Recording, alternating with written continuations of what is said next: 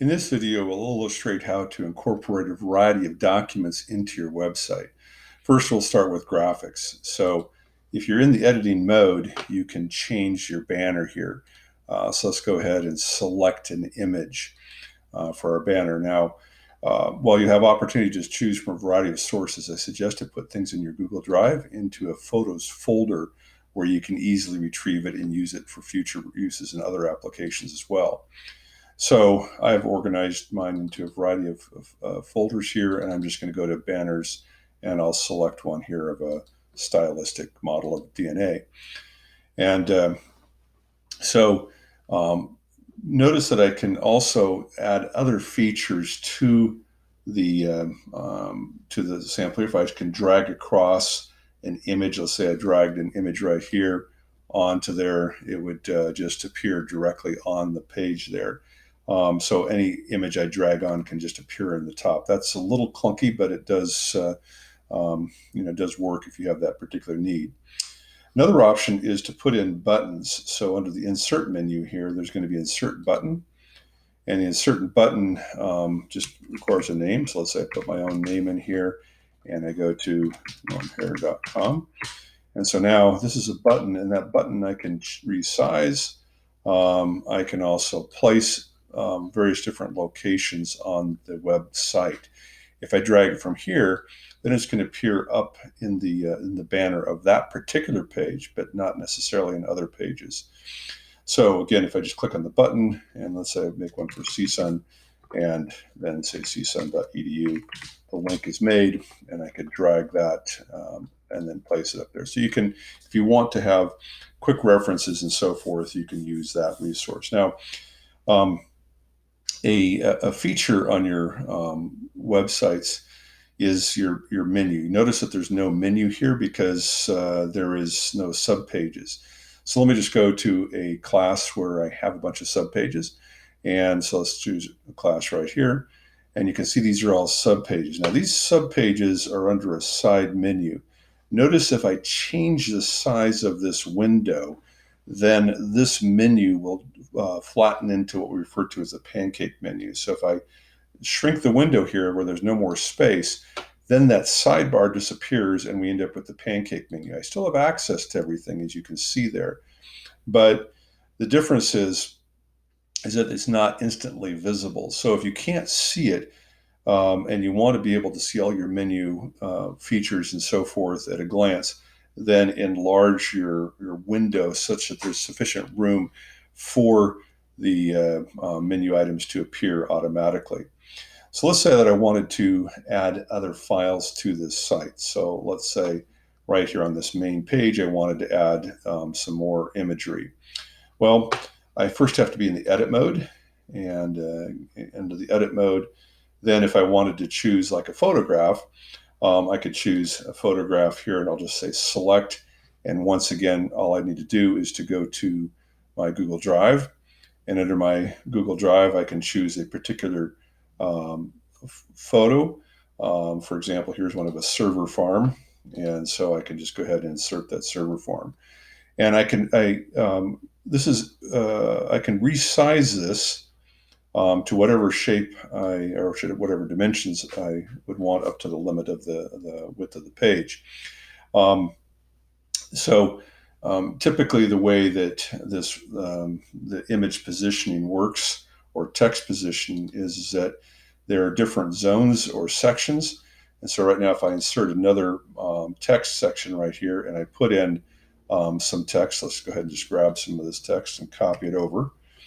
Then by default, it's going to be in a linear fashion. In other words, it's going to be all in line. But if I were to shrink this window here, I could reposition it up adjacent to the image there of the server farm, and so that it's going to be available to view. Now, nothing will be available to view for others until you first publish the site.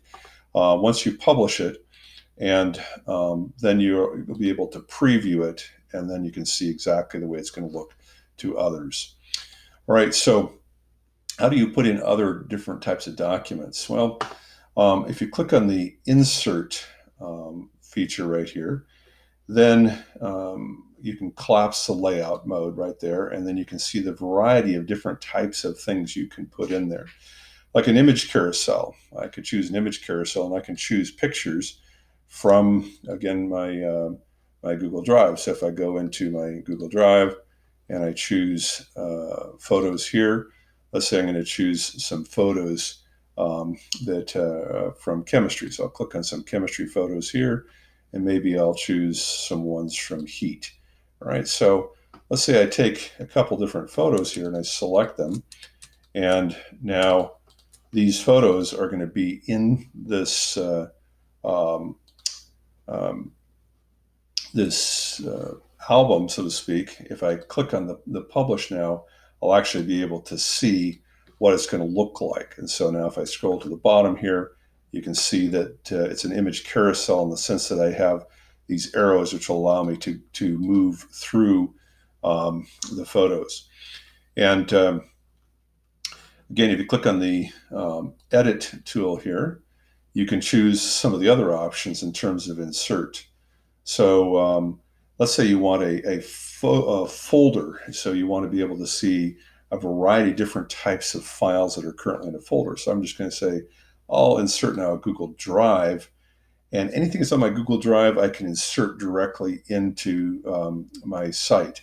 So let's say I choose a folder here.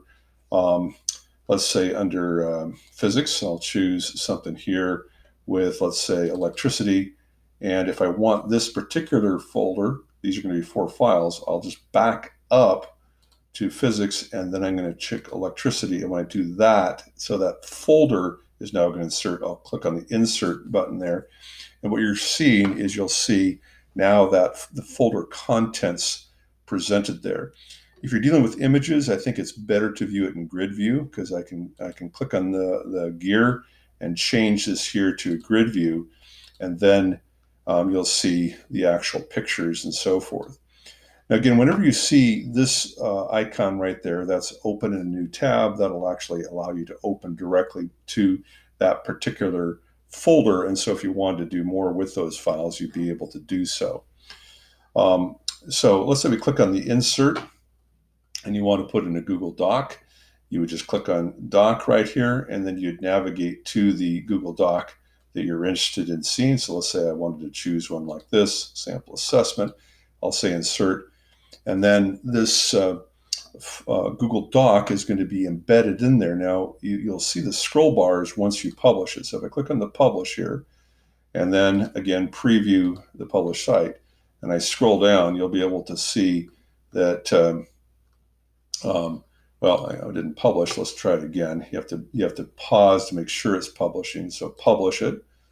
And then once it's published, and you know it's published, then you can click on here, the view, and then you'll be able to see the various different resources. So here is the Google Doc, and you'll notice that I can scroll within that Google Doc and see all the details of that Google Doc apart from anything else on the page moving. But if I want to see the actual Google Doc in its original form, I can click on this.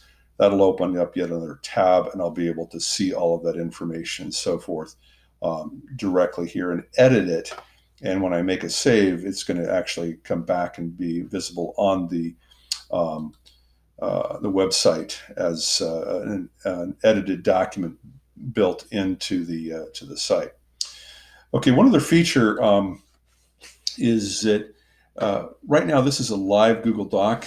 One other option is to say file to publish something. So when you're publishing something, you'll notice that the publish feature here is says publish to the web. What that's going to do is it's going to give you something which is more web compatible, and so that when you roll over a link, it'll actually just take you directly there rather than having a little preview window. We'll talk more about that in later videos.